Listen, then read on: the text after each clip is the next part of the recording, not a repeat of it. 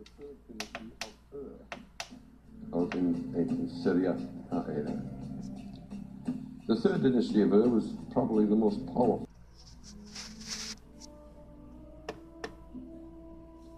And some of his daughters ruled some of these provinces. Also, he had a King Children, King Riley, King Arthur, you know. Oh, everybody knew. Chris Barber up in Crickhall, he had two books, different ones from different schools, and all about these kings. You see, Wales is not a principality, it's a kingdom. And there were 80 successive kings. So I thought it out, and he said, do you think we could find this guy, Arthur? I said, don't see any problem, they all got notations on where they're buried in the records, somebody could go and look for it. And that's how we began. The project expanded because it took no time at all to realize that somebody, since around the year 1714, had been very busy abandoning the ancient history of England and Wales. They'd been demolishing it, obliterating it, and getting rid of it. The ancient histories of England and of Wales tell that the first migration into our country took place around 1500 BC. And someone named Albine was sent here from Syria, believe it or not. Well, this was laughed at and jeered at, but the story goes that Albine's daddy is a fellow named Diocletian. And Diocletian had 33 countries or provinces under his rule. And some of his daughters ruled some of these provinces, abandoning the ancient history of England and Wales. They'd been demolishing it, obliterating it, and getting rid of it. The ancient histories of England and of Wales tell that the first migration into our country took place around 1500 BC. And someone named Albine was sent here from Syria, believe it or not. Well, this was laughed at and jeered at, but the story goes that Albine's daddy is a fellow named Diocletian. And Diocletian had 33 countries or provinces under his rule. And some of his daughters ruled some of these provinces. Also, he had a big enemy named Labanna, who caused him great trouble, but Labanna finally married one of his daughters. All very prosaic, can't possibly be true. Throw it out. In 1922 to 34, Leonard Woolley, a magnificent scholar and archaeologist, dug up the necropolis graveyards of the third dynasty of out in ancient Syria, that area. The third dynasty of was probably the most powerful of an ancient era around this 1500 BC period. And the number one king of the dynasty was none other than Dungi, Diocletian. And Woolley discovered that this guy had ruled 33 provinces. Wow. He also made his daughters rulers in some events. But better still, his kingdom was attacked by the first king of the Hittites named Labanna. And afterwards, Labanna married one of his daughters. Now, the funny thing is, how would the English and the Welsh have this ancient tale, certainly around William the Conqueror's time and earlier? And Woolley digs up the story identically in 1922 to 34. So it makes sense. The tomb of Diocletian was a palace, 2 stories above ground once upon a time, 2 stories underground, steps going down a bit. Nobody heard much about it because at the same time Carter found Tutankhamun and the whole thing got swept aside with the euphoria about young King Tut. But in the votive area, religious area in Village had ruled 33 provinces. Wow. He also made his daughters rulers in some events. But better still, his kingdom was attacked by the first king of the Hittites named Labanna. and afterwards Vanna married one of his daughters. Now, the funny thing is, how would the English and the Welsh have this ancient tale, certainly around William the Conqueror's time and earlier, and Woolley digs up the story identically in 1922 to 34. So it makes sense. The tomb of Diocletian was a palace, 2 stories above ground once upon a time, 2 stories underground, steps going down a bit. Nobody heard much about it because at the same time Carter found Tutankhamun and the whole thing got swept aside with the euphoria about young King Tut.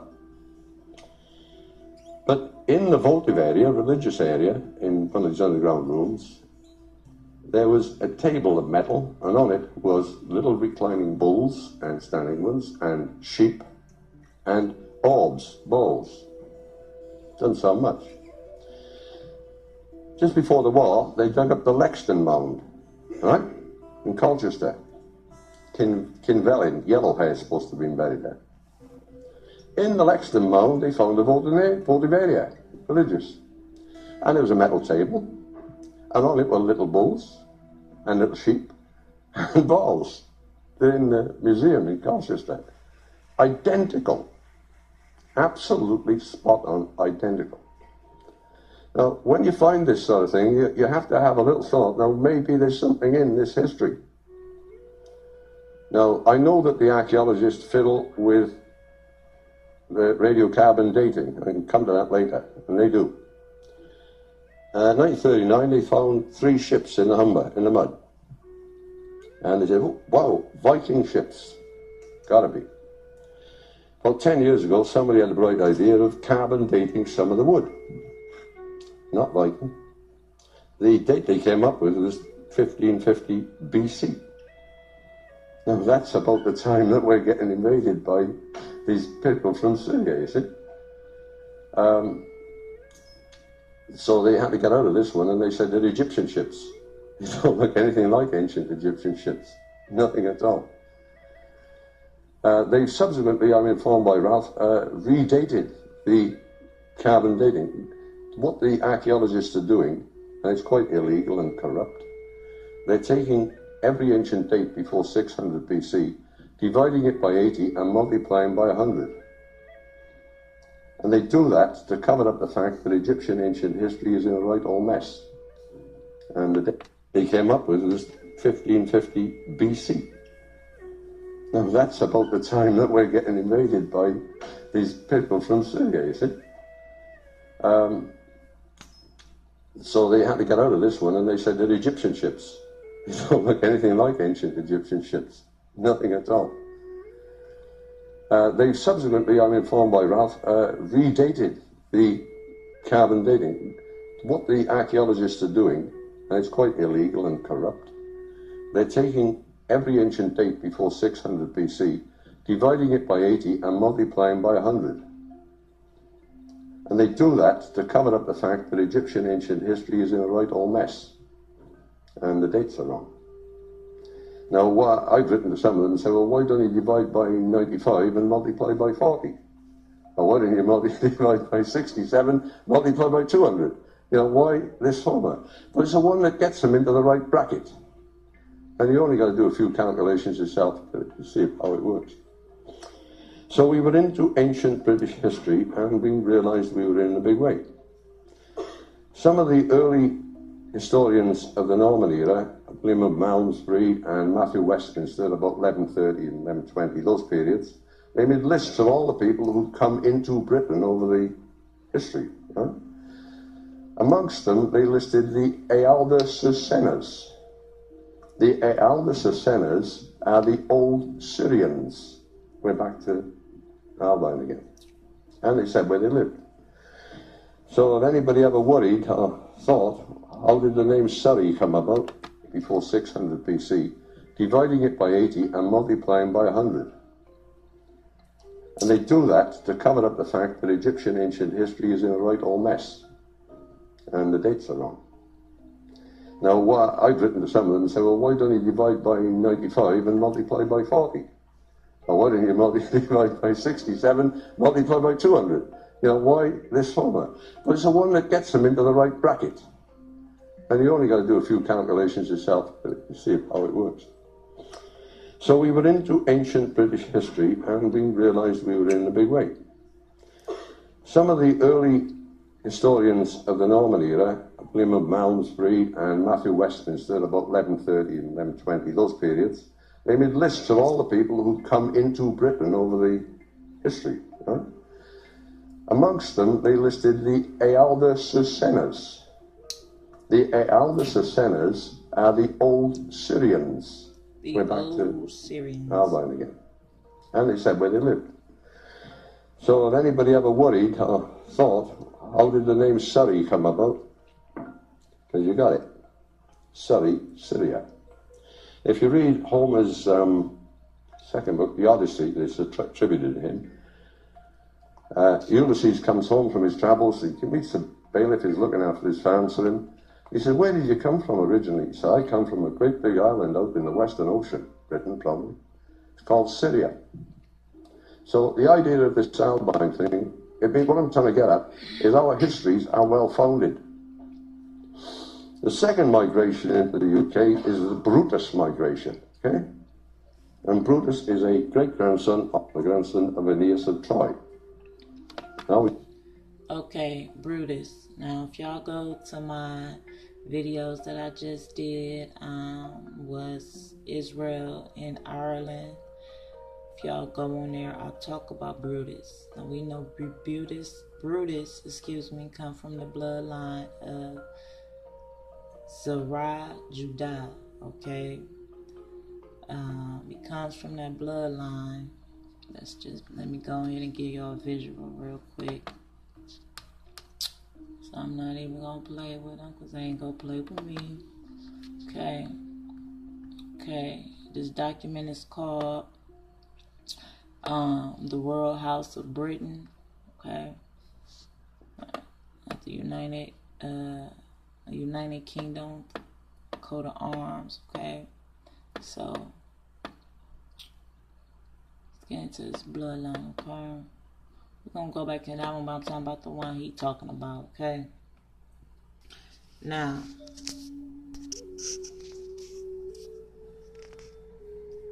Zerah Judah and that king he just talked about, Brutus. Brutus is from the Trojan. It's from the Trojan kings, I believe, that he's from. Go on my video, my last video. You'll get the information. It's either the Trojans or the Malians, okay? But this is still Zerah Judah, and this is his twin brother, Perez Judah. It was probably Perez Judah. I know I'm saying it wrong. I've been telling y'all that since yesterday. But let me give y'all close. See, in Zerah Judah, you have to read Genesis 38 to find out about the scarlet cord, okay? I'm gonna let y'all see this. Yeah, this part 3. Okay. Come on, back up. Let me bring it. Okay, now this is Perez Judah. I keep saying his name wrong, but you see that's where David come from, Solomon, Nathan. Okay. Then you see they got Christ over here, right? You see that, right? Yeah. You see Zedekiah, right? The king of Judah. His daughter married a king from this line. And I think came from this line. Okay? That's where you see it branching off to it, coming through to get over there, okay?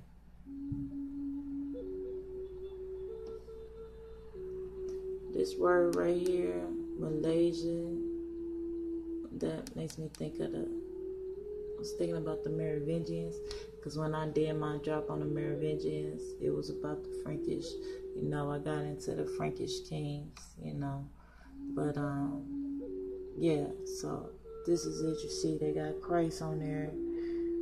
They love throwing a hijack in there.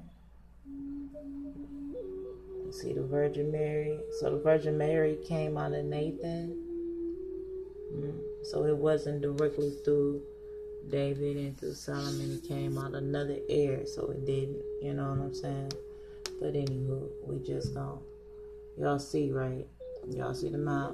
Okay, we're gonna get back to it. Let me let y'all see the other genealogy map at the top before it, excuse me.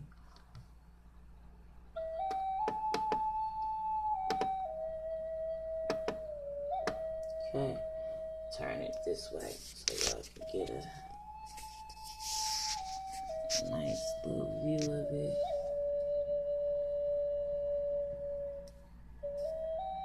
Okay, I will so y'all can get this little paragraph.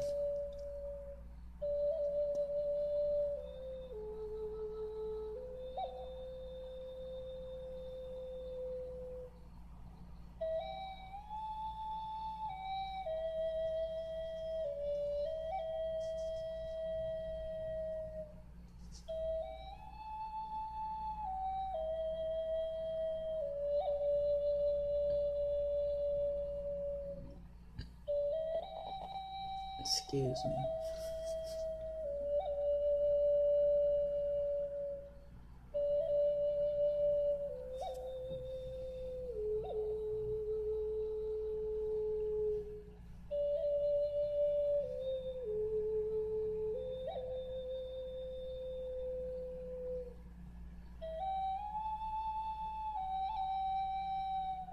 Now you see it says Christian, but we know that's Nestorian.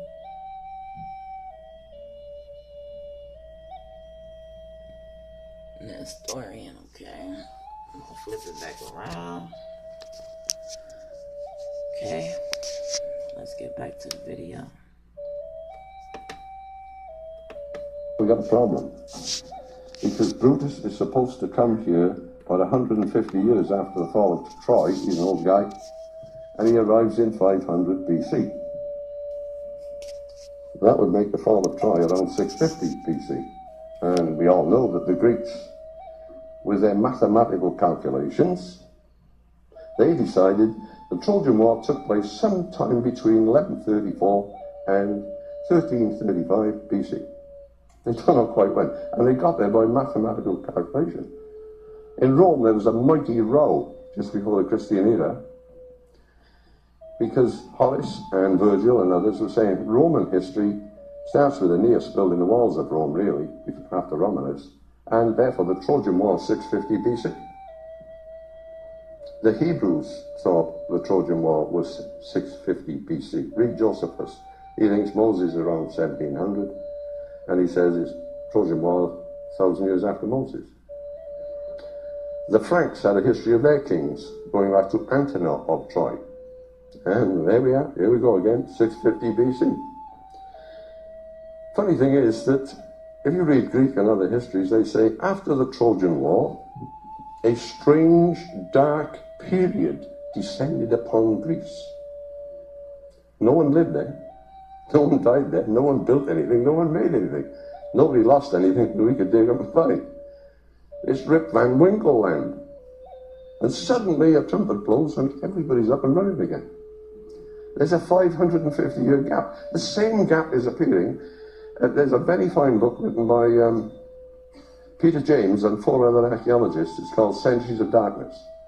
And they go right through every single ancient civilization around the Med. And every one of them's got these dark ages and dislocations of 300, 600, 700 years all over the place. The reason is that they tie every history to Egypt. If there's a marriage between a king and his daughter, or if there's a war, or an archaeologist, it's called Centuries of Darkness. And they go right through every single ancient civilization around the Med. And every one of them's got these dark ages and dislocations of 300, 600, 700 years all over the place. The reason is that they tie every history to Egypt, 650 BC. Funny thing is, it's Rip Van Winkle land. And suddenly a trumpet blows and everybody's up and running again. There's a 550-year gap. The same gap is appearing. There's a very fine book written by Peter James and 4 other archaeologists. It's called Centuries of Darkness. And they go right through every single ancient civilization around the Med. And every one of them has got these dark ages and dislocations of 300, 600, 700 years all over the place. The reason is that they tie every history to Egypt.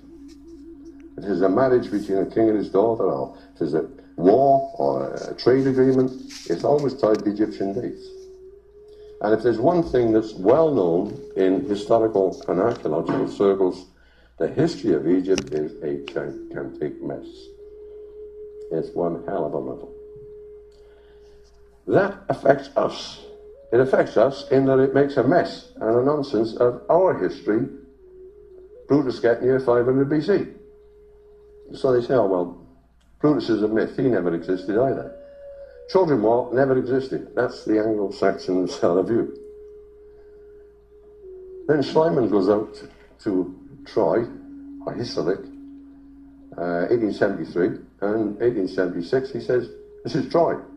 Troy now exists.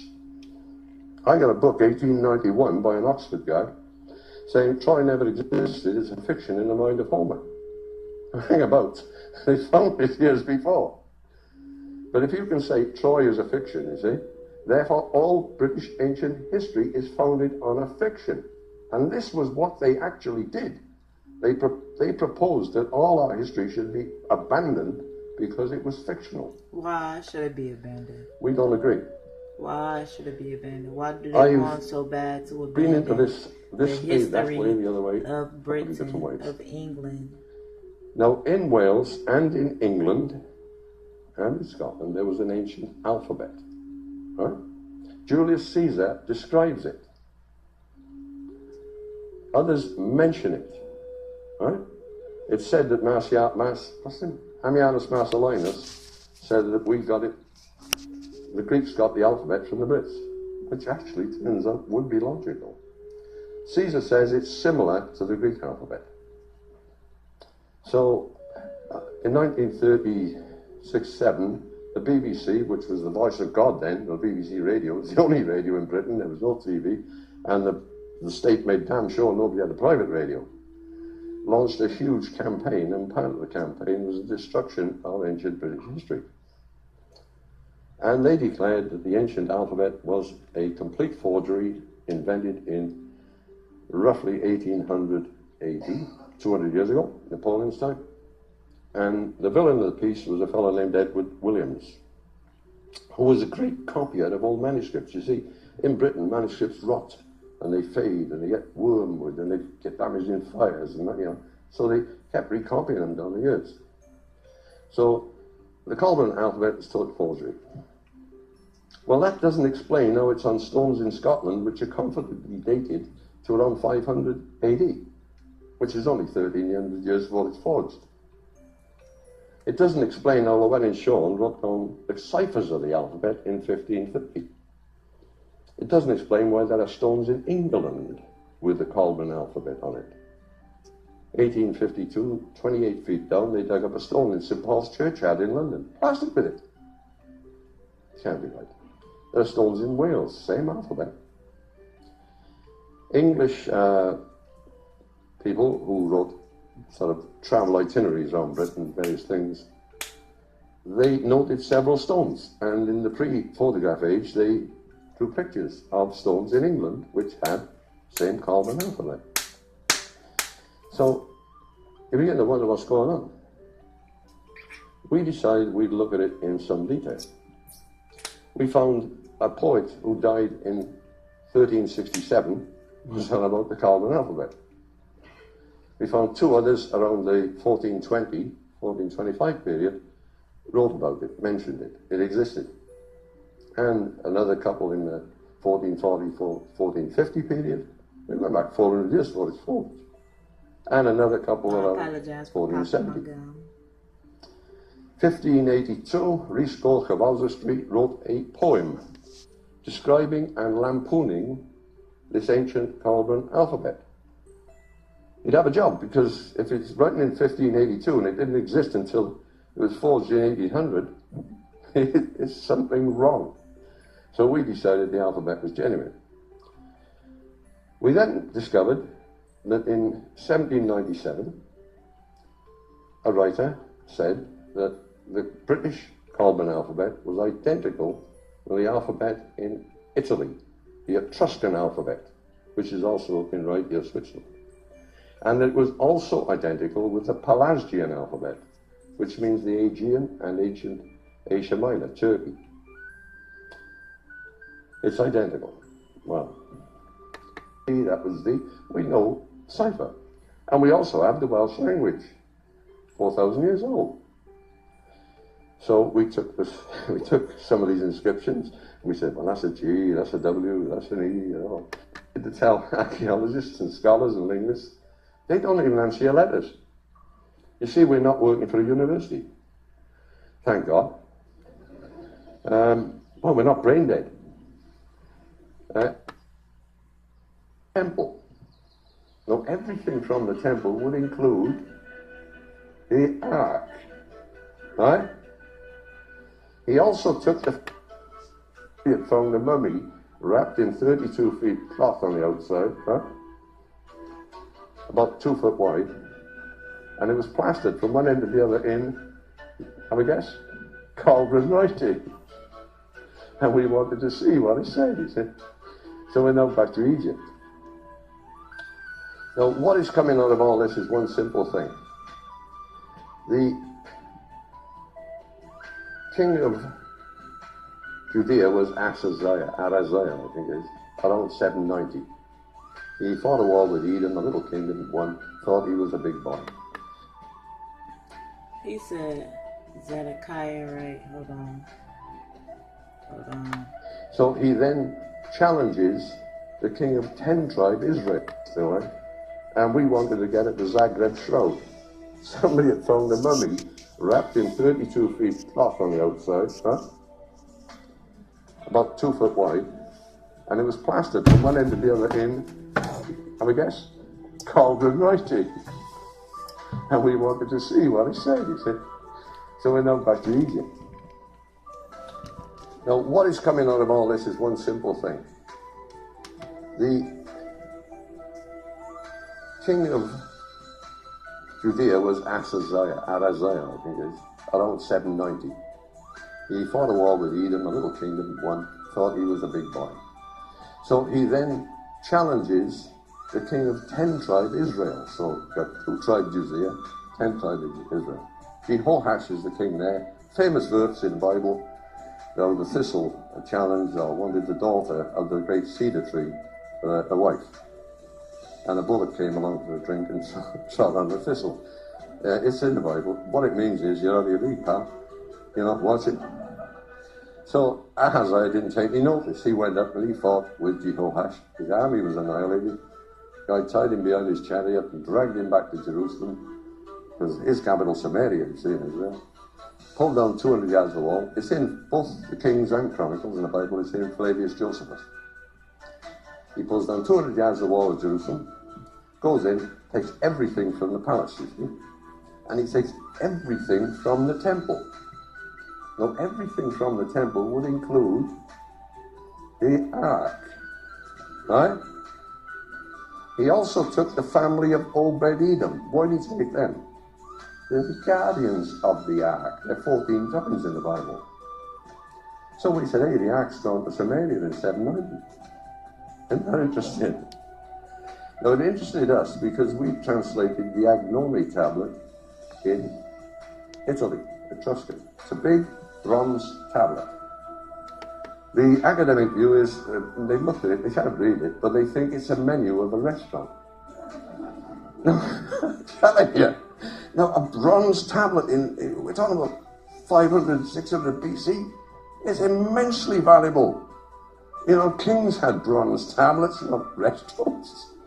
Eat your pizza here. Anyway, it's in 3 sections. And the first section says the people are in a land where they are not happy. And there's great storms, there's pestilence, and there's all sorts of trouble.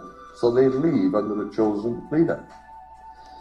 And when they leave, they follow a little cabinet that rides in a cart. And they come to a place where they are happy. We think it's Moses leading them out of Egypt, and we think they're landing up in Haven or whatever, and we think that the little cabinet in the cart is the ark. The second section says that in this happy land, and somebody comes along and disturbs them and takes them and drags them away to a land where they are unhappy. Dear me. And again, they follow the little cabinet that rides in the cart. Well, you've got to remember, one of the kings of Judea paid an enormous sum of cash, enormous sum, to the king of Assyria, Tiglath-Pileser III, to persuade him to attack 10-tribe Israel, you see, which he promptly did. Give me the money. And they did. And that was Tiglath-Pileser III in about 740 BC. He's followed by Shalmaneser IV, Sargon II, and Sennacherib.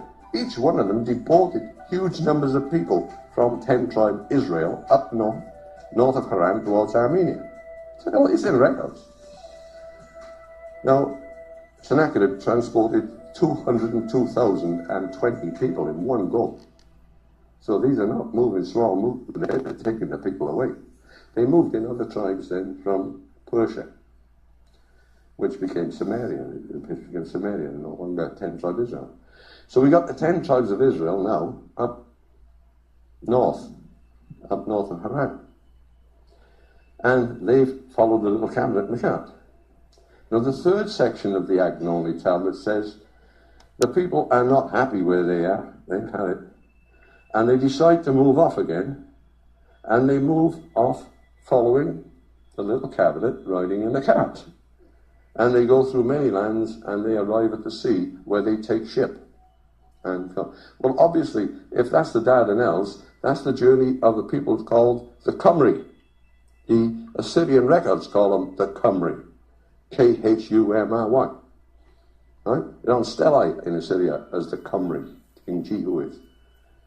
The Greeks pick up on them as they go through Asia Minor, 650, 687 to 650 is the dating, when Sennacherib gets murdered in a temple by two of his sons. The other son, Esarhaddon, fights them. There's civil war in Assyria. What a perfect time to take off and shove off, get out of it. And that's what they did. Second book of Esdras, chapter 14, will tell you how they crossed both branches of the Y-shaped Euphrates River. It says so. And they're going west.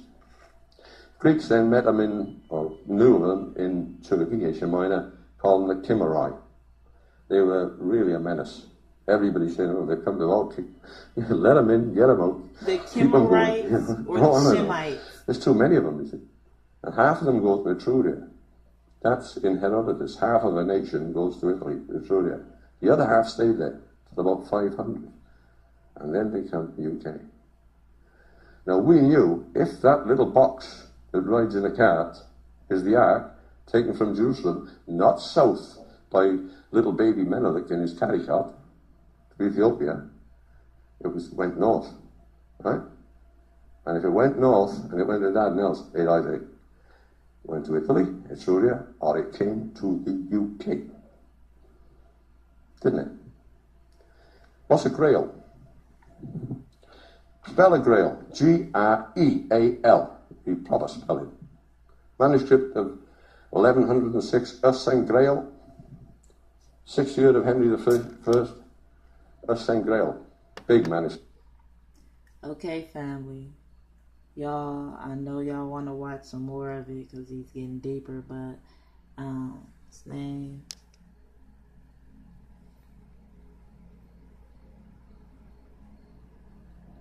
The Hidden History of Britain.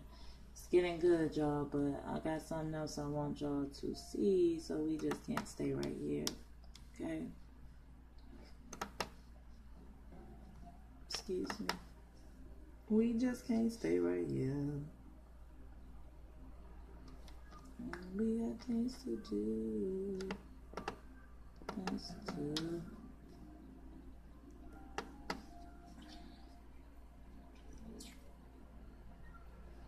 Ones.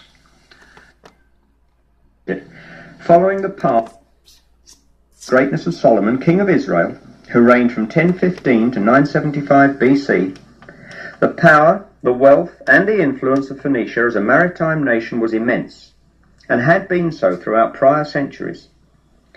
From their command of the sea, the Phoenicians, stemming from among the Israelites, became the greatest seafarers of the ancient world. From Tyre and Sidon they spread westward to colonize and to trade. On the map, the colonies are shaded green, mainly North Africa and southern Spain, and the trade routes are marked by red dots, hugging the North African coast and the western seaboard of Spain. The commerce of Tyre reached throughout the world. Merchants sailed the high seas far and wide and built a vast empire. The prophet Isaiah sang of them in his lamentation upon the predicted overthrow of Tyre that was yet to come, and referred to the capital of Phoenicia as the crowning city, whose merchants are princes, whose traffickers are the honourable of the earth. This drawing is of a relief found in the palace of Sennacherib in Nineveh, depicting a Phoenician fleet of warships protecting merchant ships in 714 BC. Today, evidences of the Phoenician age are almost without trace. Therefore, we must rely not just upon relics, artifacts, ruins, but most important upon interpretation of Old Testament scripture, to recall the days when, as Ezekiel puts it, thy wares went forth out of the seas, thou fillest many people. Thou didst enrich the kings of the earth with the multitude of thy riches and of thy merchandise. Long-range, deep-sea going craft like this would be at sea for 12 months or more about the year 600 BC. What can you do? I'm using my They cell phone. circumnavigated Africa and adventured where none had ever gone before. They don't stop. From the earliest times, the ships of Israel sailed with the ships of Tyre, with the result that all, regardless of nationality, even the Greeks, became known as Phoenicians. These were people by no means as mysterious as they have been regarded. Indeed, they may well be placed among the great builders of our world. Today, following in the footsteps of other historicists, there are many who uphold and testify to the contention that a vast trade relationship existed between Phoenicia and Cornwall.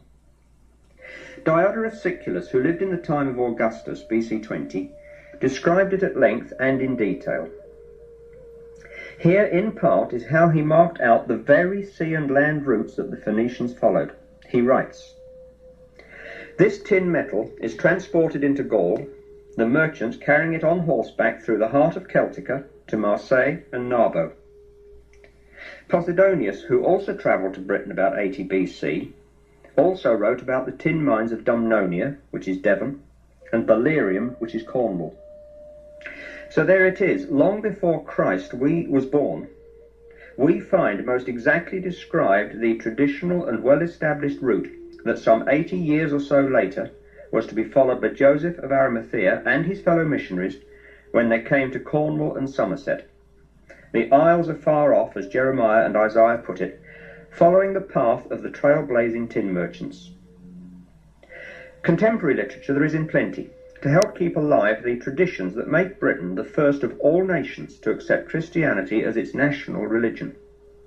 That point we develop later, but meantime, note how, with the lone exception of Spain, or Tarshish as it was then, the British Isles, or to be more precise, Cornwall, Devon, Somerset and the Isles of Scilly, were the only places in the world where tin and lead were obtainable.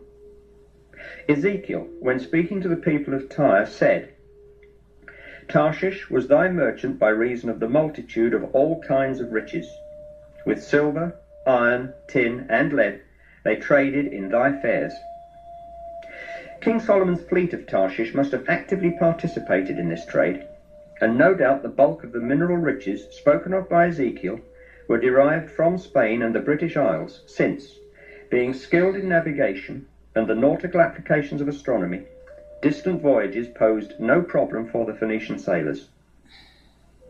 The caves of Hercules, lairs of prehistoric man on the North African coast, perpetually pounded by Atlantic breakers, would have seen the long-range ships setting forth. Ceuta, on this coastline, together with Gibraltar across the strait, formed the Greeks' mythological Pillars of Hercules, gateway to the Isles of the West. Here was the strategic throat through which flowed the seaborne traffic between Asia Minor and the world beyond the Mediterranean. This is where sea and ocean meet, the confluence of the Mediterranean and the Atlantic. In the first book of Kings, we find that Solomon had at sea a navy of Tarshish, where he obviously had well-established seaports, through which flowed trade from the greatest of all Phoenician colonies, Carthage. This great hub of commerce, today nothing but a ruinous heap in the suburbs of Tunis, was operated chiefly by the merchants of the trafficking city of Tyre. It was in fact from Carthage, in the 5th century BC, that a series of explorations was launched that are said to have included the British Isles, showing the ever westward trend of migration from Bible lands. Now, an abrupt but pertinent jump in time and place. In the heart of the city of London is the Royal Exchange. Over the portico is the opening verse of the 24th Psalm of David. The earth is the Lord's and the fullness thereof. Enter, and among the dramatic and historic incidents in our nation's life, recorded on canvases surrounding the Great Hall, is this painting executed in 1895 by Sir Frederick Leighton. Its title is wholly enthralling. It depicts, and I quote, Phoenicians trading with the early Britons on the coast of Cornwall. This reproduction affords a clearer study of the subject matter, and it helps to sharpen the detail. Among their wares they brought a most sought-after export, the Tyrian purple-dyed cloth, to barter for tin, the metal utterly essential in the making of bronze. At this point it is worth remembering that the Greek historian Herodotus, writing in the 5th century BC, made reference to the metal trade which existed with these islands, calling them the Cassiterides, the Tin Islands. Cassiterite is a native tin-bearing stone. So now our story brings us to the shores of Belerium, the Cornish peninsula, where the Hebrew merchants bartered on the beaches for the crudely smelted ingots. Today, the Count... Said the Belerium, right? The Cornish Belerium, right? But the Cornish Belerium family is...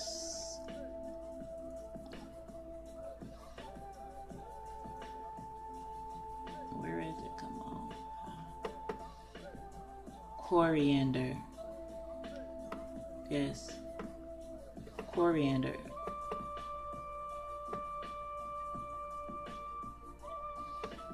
It's coriander, okay?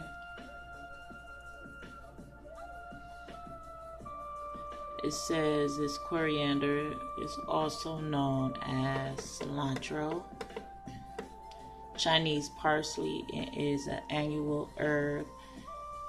Okay, it's an herb. Okay.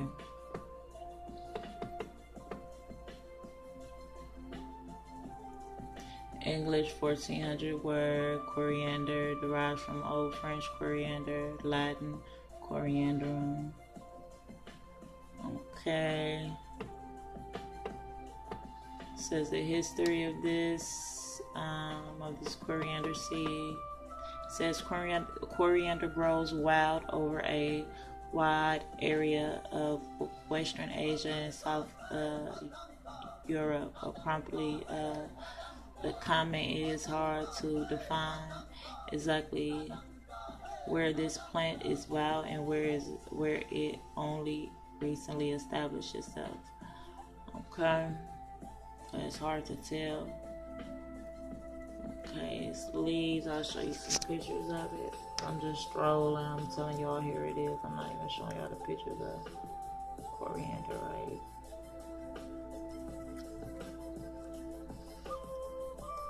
Coriander ground.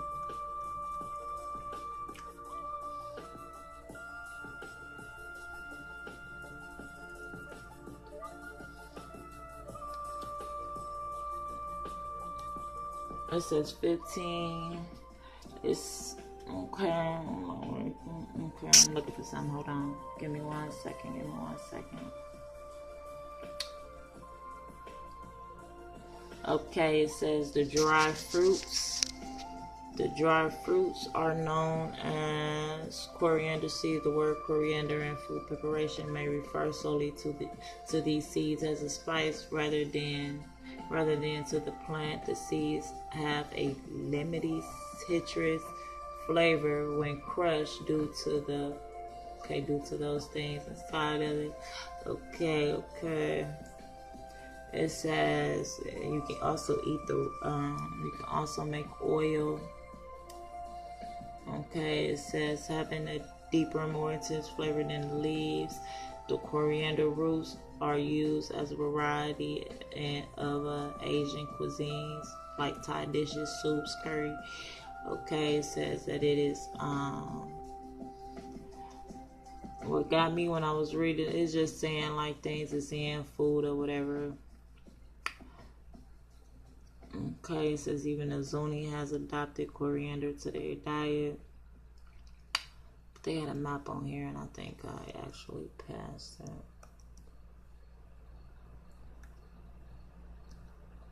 And how did I actually get on the coriander seed? I really didn't pay no attention that he said the coriander seed. But I was reading Numbers. Because I asked, what's the verse to, what is a verse to let me know, what is a verse in the Bible that's stating about Israel being in England or in Britain, right? And I got, before I read this, I'm going to let y'all read this definition real fast. So, coriander seed, okay?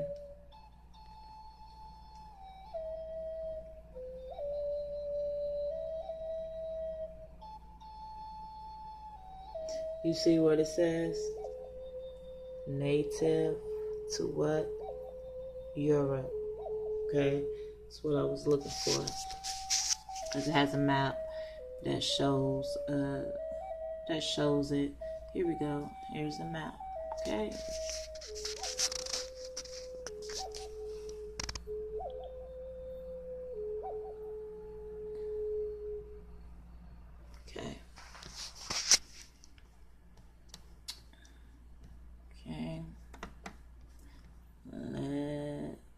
Before I get there, let me read. I'm in Numbers, chapter 11. Chapter 11, verse 10, okay? Wait, no. Chapter 11, excuse me. We're going to start at verse 4, okay? It says, and the mixed multitude, excuse me, and the mixed multitude that was among them fell to lusting, and the children of Israel also wept again and said, who shall give us flesh to eat? We remembered the fish which we did eat in Egypt freely, the cucumbers and the melons and the leeks and the onions and the garlic. But now our soul is dried away. There is nothing at all besides this manna before our eyes. And the manna was as coriander seeds, and the color thereof the color of daglum. Okay. And the people went about and gathered it and grinded it in a mill and beat it in a mortar, and then baked it in pans and made cakes of it, and the taste of it was as the taste of fresh oil. And when the dew fell upon the camp in the night, the manna fell upon it. Okay.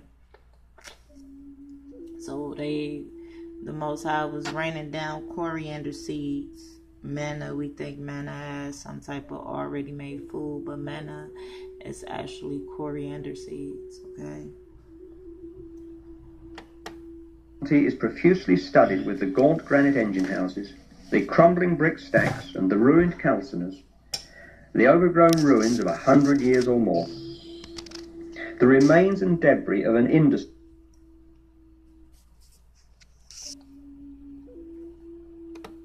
having its roots in biblical antiquity. The fact that tin was sought after literally thousands of years ago is supported by the certainty that Cornwall, being so richly endowed in the mineral, became longest and more intensively mined than any other in Britain, in fact than in most of Europe. It should, however, be borne in mind that whilst the early Britons may very well have dug for it, true vein or lode mining, that is to say the sinking of pits and shafts, did not commence until the Middle Ages. So tin would have been obtained mainly by streaming. Here you can see tin as it would have been panned out of the riverbeds and estuaries by the early prospectors. Alluvial deposits washed down by the rivers in spate were plentiful in such lovely rivers as the Dart, the name Dart being a Brittonic Celtic word meaning oak stream, and in the valley bottoms of the Foy, which in turn is a Celtic word meaning beach river, and wherever rivers have their water shed into the sea, such as the Tamar, which forms the county's eastern boundary and was once a river port well over 1,000 years ago. Ancient quays once penetrated... Okay, he said the Tamar River, right? I'm sorry. Hold on. See, because that river serves a purpose, okay?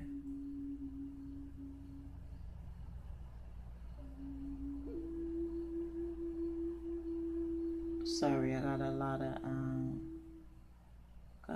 tabs up. I think it's this one.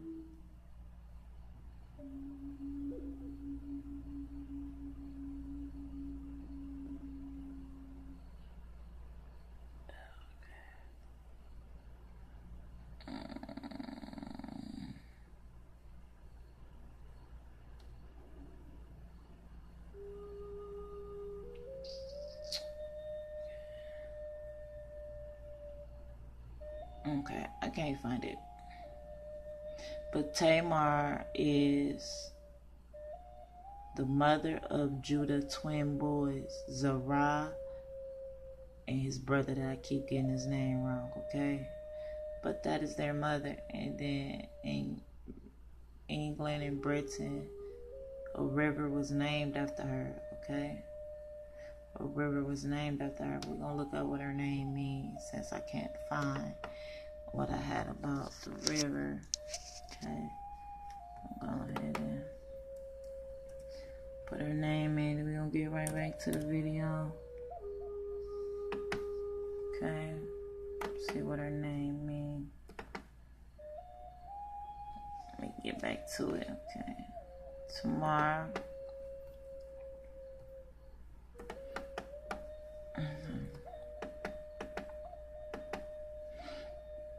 Okay, they got tamarind. No, that's some fruit, candy, whatever. Excuse me. But it says the first element.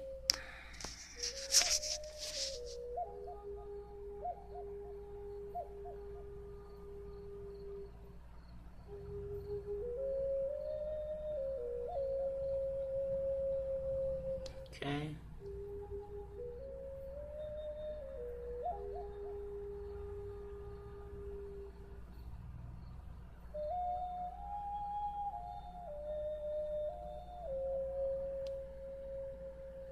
The palm tree, the date palm, okay?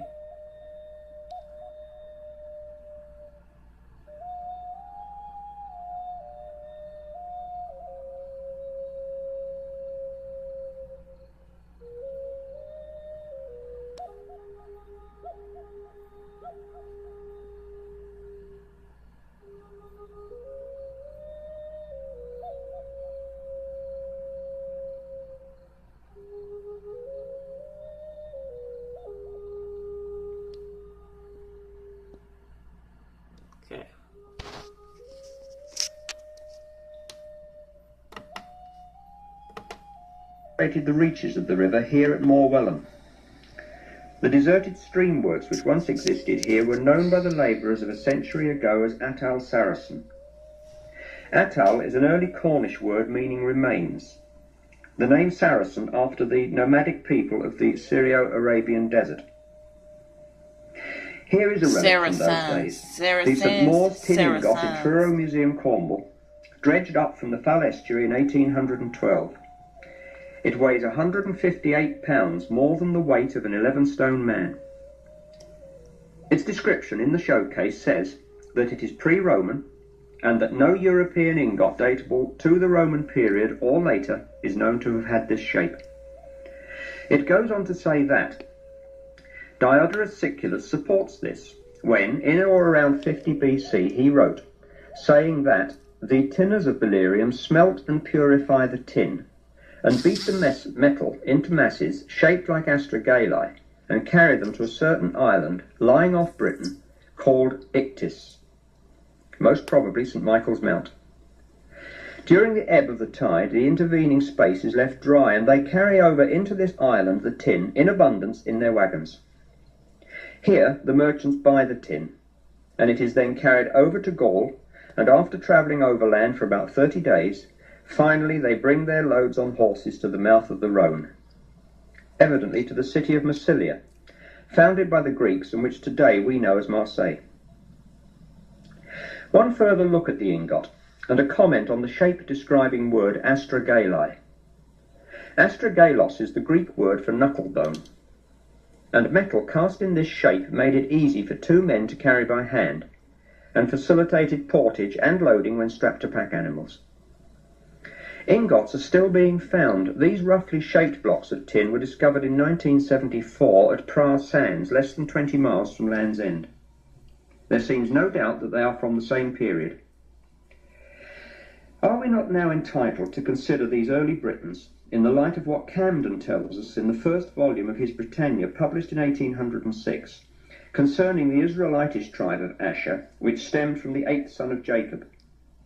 He comes out boldly with the statement, and I quote, "The merchants of Asher worked the tin mines, not as slaves, but as masters and exporters," unquote. So it is upon the sure foundation of the well-established and frequented tin trade route between Phoenicia. After travelling overland for about 30 days, finally they bring their loads on horses to the mouth of the Rhone, evidently to the city of Massilia, founded by the Greeks and which today we know as Marseille. One further look at the ingot, and a comment on the shape-describing word astragalli. Astragalos is the Greek word for knuckle bone, and metal cast in this shape made it easy for 2 men to carry by hand, and facilitated portage and loading when strapped to pack animals. Ingots are still being found. These roughly shaped blocks of tin were discovered in 1974 at Pras Sands, less than 20 miles from Land's End. There seems no doubt that they are from the same period. Are we not now entitled to consider these early Britons in the light of what Camden tells us in the first volume of his Britannia, published in 1806, concerning the Israelitish tribe of Asher, which stemmed from the 8th son of Jacob? He comes out boldly with the statement, and I quote, "The merchants of Asher worked the tin mines, not as slaves, but as masters and exporters," unquote. So it is upon the sure foundation of the well-established and frequented tin trade route between Phoenicia and Britain that we ally the centuries-old traditions and legends deeply rooted in Cornwall and Somerset, based upon well-documented fact, that Joseph of Arimathea, himself a decurion of the Roman Empire, a member of a provincial senate, and a wealthy merchant in the tin trade, came to these islands. So now let's travel through the West Country, starting with a visit to the Roseland district of Cornwall. There is Falmouth on the left, with St Mawes the other side of the Fal estuary. On this slide, a rainbow conveniently indicates the neighbourhood where the ingot was found. We are standing on the heights of St Anthony and Roseland. The rose in the name is really a corruption of the Celtic word ros, meaning well-watered promontory. The merchants of Asher worked the tin mines, not as slaves, but as masters and exporters, unquote. So it is upon the sure foundation of the well-established and frequented tin trade route between Phoenicia and Britain that we ally the centuries-old traditions and legends deeply rooted in Cornwall and Somerset, based upon well-documented fact, that Joseph of Arimathea, himself a decurion of the Roman Empire, a member of a provincial senate, and a wealthy merchant in the tin trade, came to these islands. So now let's travel through the West Country, starting with a visit to the Roseland district of Cornwall. There is Falmouth on the left, with St Mawes the other side of the Fal estuary. On this slide, a rainbow conveniently indicates the neighbourhood where the ingot was found. We are standing on the heights of St Anthony in Roseland. The rose in the name is really a corruption of the Celtic word Ross, meaning well-watered promontory. On the Ordnance Survey map, the most notable landmark on the St Anthony headland is Place, with its Celtic priory and church, founded in the 9th or 10th century. The manor house is now an hotel. 100 years ago, this was how it looked, tucked away among the trees by the waters of Amsterdam Bay, and said to have been a safe haven for the tin trading ships from Phoenicia. This fine old building is just one of many places where legends concerning the coming of Joseph of Arimathea and the boy Jesus are to be found.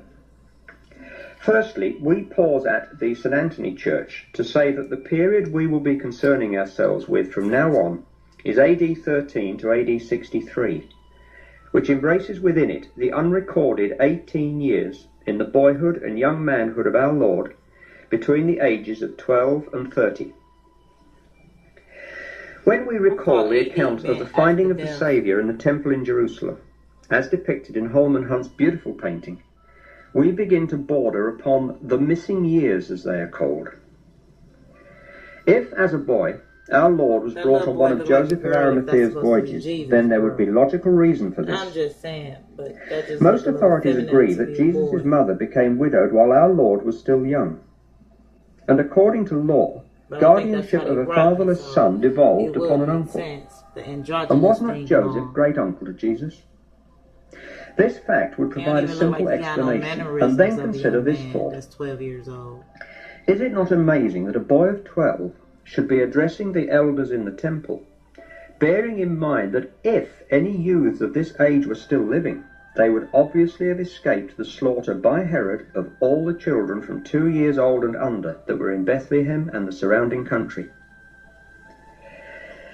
For a moment, let us see the site of the synagogue at Capernaum, beside the Sea of Galilee, where Jesus preached during his ministry.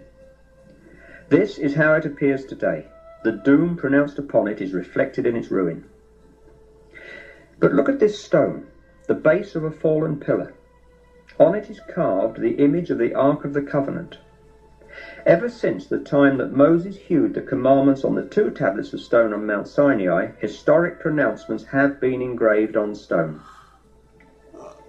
An extremely ancient cryptic script used by the early British was the Ogham alphabet, composed of thin strokes grouped above, below and across a horizontal line. This is the Fardel stone in the British Museum. It was discovered at Cadley, near Ivy Bridge in South Devon, where it had served as a footbridge on a farm. The carved strokes of Ogham writing are also engraved on a panel inscription in the monastery church at Place, St Anthony in Roseland. In this booklet photograph of it, we are invited to try and see traces of similar Ogham lettering, which has been interpreted as saying, Jesus the carpenter came here for tin. Other obscure outlines are alleged to be symbols representing a fish, a ship, and our Lord's head. This legend of Jesus, having come to Cornwall, has also found its way onto the stonework over the south door of the monastery church. The ancient pictographs forming the arch are said to be over 1,000 years old. Was it Joshua? A detail of the arch shows the lamb and cross symbol used today in the heraldry of Cornwall and Somerset.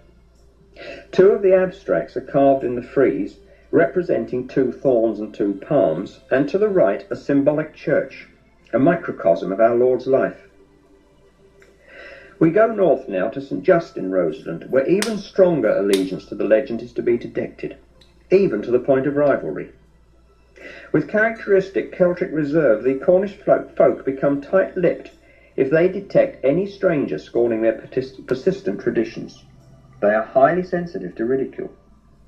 But as soon as one sees the exquisite beauty of St Just Church, founded in AD 550, lapped by the waters of the creek, and set amid a wealth of subtropical foliage, then the mind is made receptive to the claim of their own particular legend that here is secreted the stone on which Christ stepped when he landed.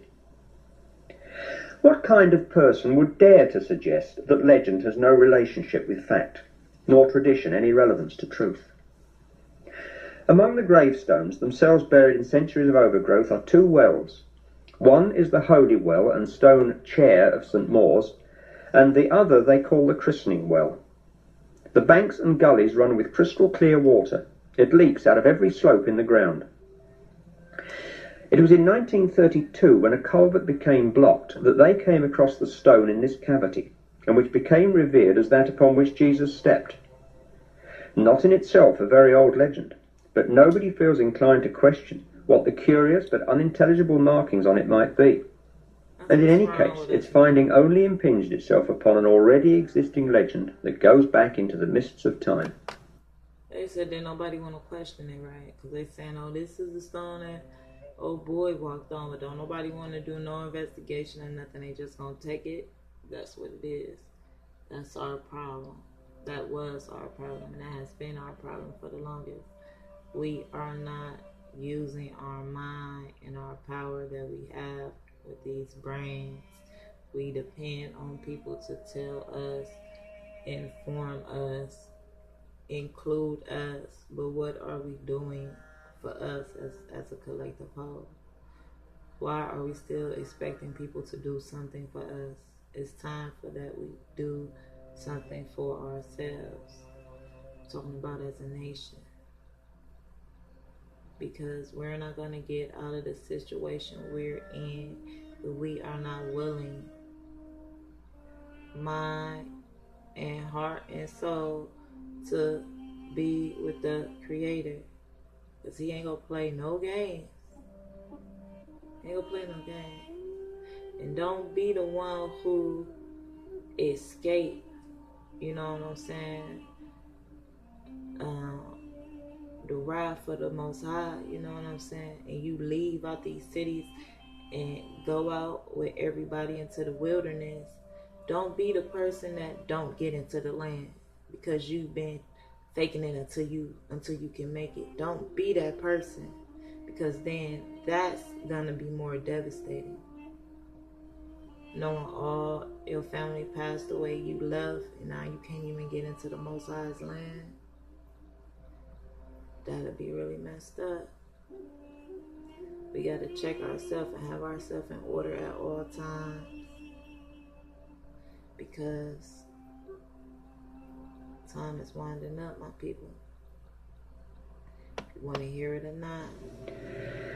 But now we must tread upon firmer ground, and it is to the very cradle of English Christianity that we now turn, to Glastonbury, the Isle of Avalon, where firmly established legend, ingrained tradition, and recorded history combine to provide us with what many accept as part of a literal outworking of biblical prophecy concerning the Isles of the West.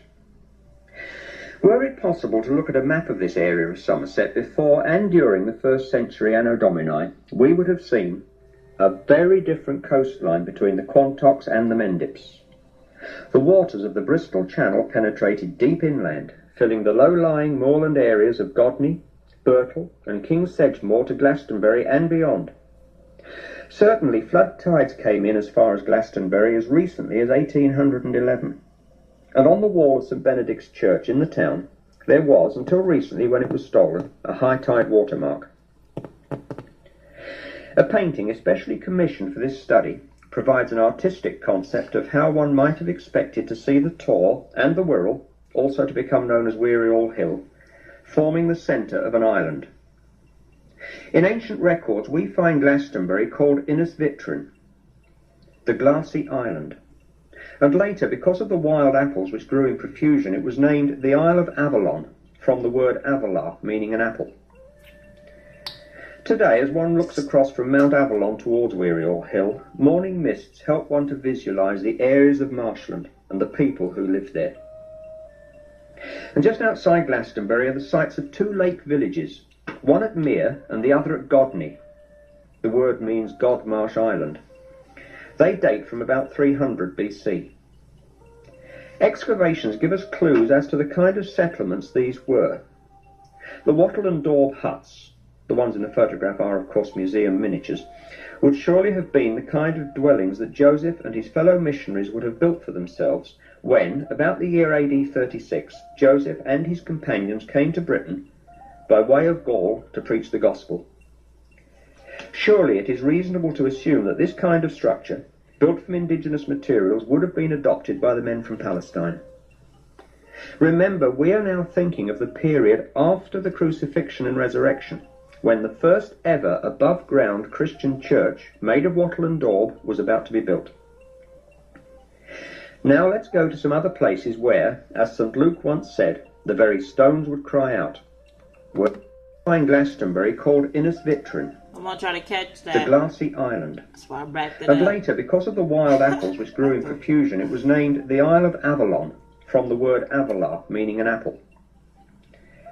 Today, as one looks across from Mount Avalon towards Weary Hill, morning mists help one to visualise the areas of marshland and the people who live there.